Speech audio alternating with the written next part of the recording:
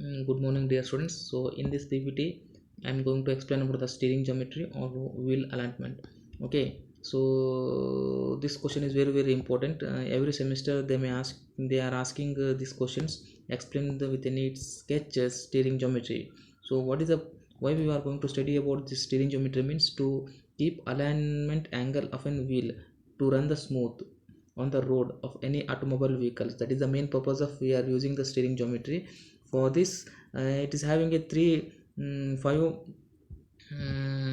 parts of an angle. First one is caster, camber, kingpin inclination, tie in and tie out. This question is very important. I am telling once again, we had to by heart or remember, I don't know, but this question is most important. Okay, na caster. So let me understand. Before that, steering geometry.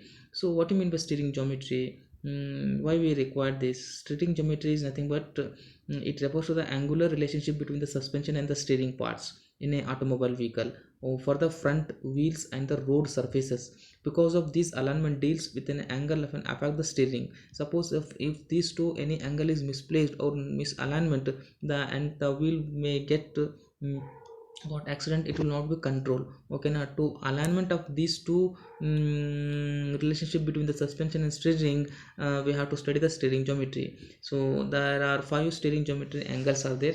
First one is a camber, caster, kingpin inclination, tie in and tie out on given turns of a vehicle. Okay, next is first let me understand what you mean by caster angle. The angle between the kingpin center line, that is and steering axis, and the vertical in the plane of the wheel is called as a caster angle. See, in the diagram there is a vertical line. If the angle come outward, it is called as a caster angle positive, and this side become a negative.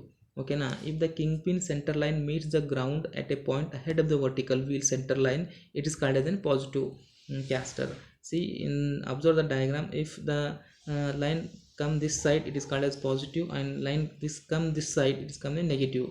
Okay, now and it will turn around only maximum 2 to 3 degree of an caster of a good results. It will give the good result, not more than this. Okay, so this is the same caster angle. See, this is the wheel, this is center line, wheel center line and front center line. If the line goes this direction, it is called as a caster. So here I shown here caster angle. Next, what is the effect of this caster? The positive caster increase the direction stability and straight line tracking also improved. While turning the left hand side, that is called as a positive caster, and it will increase the stability of the vehicle. While turning outward, that is a negative caster, it will change the direction stability, is very poor and unstable. Okay, now it causes wheel shimming and wear of a front tire. It may causes the wear of tires. Next one is camber. Okay, in camber, this is also most important angle. The definition in the front view of an camber angle, this is the front is the wheel, and this one is the kingpin inclination.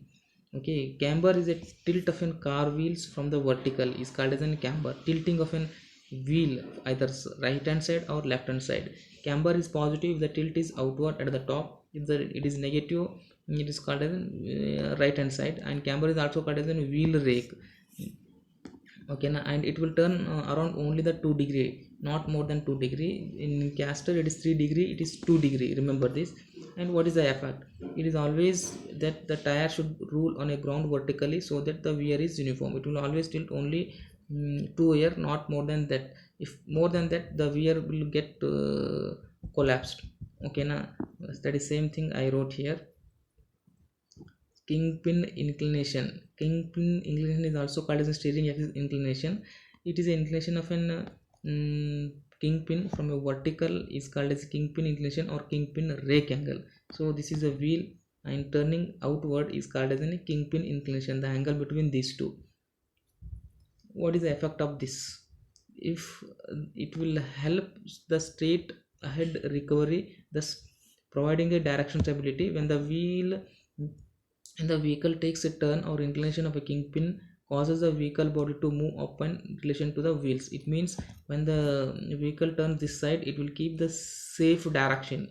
Okay, now it will not wear the tear, it will not wear and tear of the front wheel. and as soon as steering wheel is left after the turn is completed, the weight of the vehicle ends to return the wheel or on the straight ahead the position, and this may angle is around 7 to 8 degree.